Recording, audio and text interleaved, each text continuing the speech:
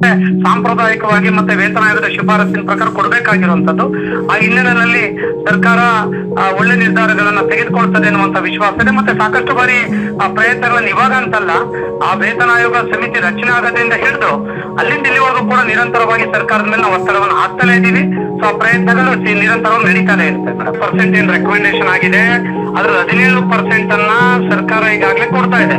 ಮಧ್ಯಂತರ ಪರಿಹಾರವನ್ನು ನಾವೇನು ಮಾರ್ಚ್ 1ನೇ ತಾರೀಕು ಸ್ಟ್ರೈಕ್ ಮಾಡಿದ್ವಿ 2023ರಲ್ಲಿ, ಅವಾಗಲೇ 17% ವೇತನಕ್ಕೆ ಸೇರ್ಕೊಂಡಿದೆ. ಇನ್ನು 10% ಅಷ್ಟೇ ನಮಗೆ ಕೊಡ್ಬೇಕಾಗಿರುವಂತದ್ದು. ಹಾಗಾಗಿ ತುಂಬಾ ಹೆಚ್ಚಿನ ಹೊರೆ ಬೀಳುತ್ತೆ. ಯಾಕಂದ್ರೆ ಫುಲ್ ಕೊಡೋದಿದ್ರೆ ಹೆಚ್ಚಿನ ಹೊರೆ ಬೀಳುತ್ತೆ. ಅದು ಆಲ್ರೆಡಿ 2024 ಏಪ್ರಿಲ್ ಇಂದ ಸೇರ್ಕೊಂಡ್ಬಿಟ್ಟಿದೆ ಸ್ಯಾಲರಿಗೆ. ಇನ್ನು ರಿಮೈನಿಂಗ್ ಕಾಂಪೋನೆಂಟ್ ಮಾತ್ರ 10% ಅನ್ನ ಮೂಲ ವೇತನಕ್ಕೆ ಸೇರಿಸುವಂತದ್ದು, ಡಿಎ ಮರ್ಜ್ ಮಾಡುವಂತದ್ದು ವಿಚಾರವನ್ನು ಬಿಟ್ರೆ ತುಂಬಾ ಹೆಚ್ಚಿನ ಆರ್ಥಿಕ ಹೊರೆ ಸರ್ಕಾರಕ್ಕೆ ಆಗಲ್ಲ. ಇವತ್ತು ಗ್ಯಾರಂಟಿಗಳ ಮಧ್ಯೆ ಈ ಗ್ಯಾರಂಟಿಗಳನ್ನ ಅನುಷ್ಠಾನಗೊಳಿಸೋದು ರಾಜ್ಯದ ಸರ್ಕಾರಿ ನೌಕರರು, ಸಂಪನ್ಮೂಲ ಕಲೆಕ್ಟ್ ಮಾಡೋದು ಸರ್ಕಾರಿ ನೌಕರರು, ಅವರನ್ನು ಸರ್ಕಾರ ಕೂಡ ಸರಿಯಾದ ರೀತಿಯಲ್ಲಿ ನೋಡ್ಕೊಳ್ಬೇಕಾಗ್ತದೆ. ಹಾಗಾಗಿ ಸಂಬಂಧಪಟ್ಟಂತೆ ಕಳೆದ ಕ್ಯಾಬಿನೆಟ್ ನಲ್ಲಿ ಕೂಡ 7ನೇ ವೇತನ ಆಯೋಗದ ಬಗ್ಗೆ ಅನೌಪಚಾರಿಕ ಚರ್ಚೆಗಳು ಕ್ಯಾಬಿನೆಟ್ ನಲ್ಲಿ ಆಗಿದೆ ಎನ್ನುವಂತ ಮಾಹಿತಿ ಕೂಡ ನಮಗಿದೆ.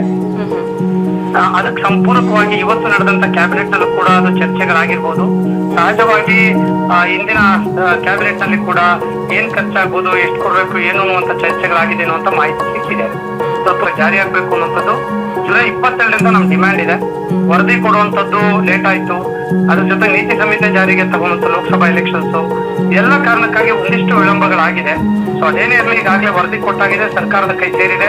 ಸರ್ಕಾರ ಅದನ್ನ ಸಚಿವ ಸಂಪುಟಕ್ಕೆ ತಂದು ಏನು ವೇತನ ಆಯೋಗ ವರದಿಯನ್ನ ಶಿಫಾರಸನ್ನ ಮಾಡಿದೆ ಯಥಾವತ್ತಾಗಿ ಮನೆ ಮುಖ್ಯಮಂತ್ರಿಗಳು, ಸಚಿವರು, ಸರ್ಕಾರ, ಉಪಮುಖ್ಯಮಂತ್ರಿಗಳು ಜಾರಿಗೆ ತರಬೇಕು ಅನ್ನೋಂಥದ್ದು ನಮ್ ಡಿಮ್ಯಾಂಡ್ ಇತ್ತು. ಸರ್ಕಾರ ಮಾನ್ಯ ಮುಖ್ಯಮಂತ್ರಿಗಳು ಕೂಡ ನಮ್ಮ ಸಮ್ಮೇಳನದಲ್ಲಿ ಹೇಳಿದ್ರು, ಅದು ವರದಿ ಬಂದಾಗ ನಾವು ಜಾರಿಗೊಳಿಸ್ತೇವೆ ಅನ್ನುವಂತ ಮಾತನ್ನ ಹೇಳಿದ್ರು. ಬಂದಾಗಲೂ ಕೂಡ ಅದು ಮುಗಿದ ಮೇಲೆ ಮಾಡ್ತೇನೆ ಅನ್ನುವಂತ ಮಾತನ್ನ ಹೇಳಿದ್ರು. ಆ ಕಾರಣಕ್ಕಾಗಿ ಅದಾಗತ್ತೆ ಎನ್ನುವಂತ ವಿಶ್ವಾಸ ಕೂಡ ನಮ್ಮಲ್ಲಿದೆ. ಸರ್ಕಾರ ದಿಶೆಯಲ್ಲಿ ಕೇವಲ ಮಾಧ್ಯಮದ ಸುದ್ದಿಗಿಂತ ಅದನ್ನು ಇಂಪ್ಲಿಮೆಂಟ್ ಮಾಡಬೇಕು ಅನ್ನುವಂತ ವಿನಂತಿ ಕೂಡ ನಾನು ಈ ಸಂದರ್ಭದಲ್ಲಿ ಸರ್ಕಾರಕ್ಕೆ ಮಾಡ್ಲಿಕ್ಕೆ ಬಯಸ್ತೇನೆ. ಮುಖ್ಯಮಂತ್ರಿಗಳಿಗೆ, ಆರ್ಥಿಕ ಇಲಾಖೆ ಅಧಿಕಾರಿಗಳಿಗೆ ಸಾಕಷ್ಟು ಬಾರಿ ಹೋಗಿ ಮನವಿಯನ್ನ ಮಾಡಿದ್ದೇವೆ. ಅವರು ಕೂಡ ಪಾಸಿಟಿವ್ ಆಗಿದ್ದಾರೆ.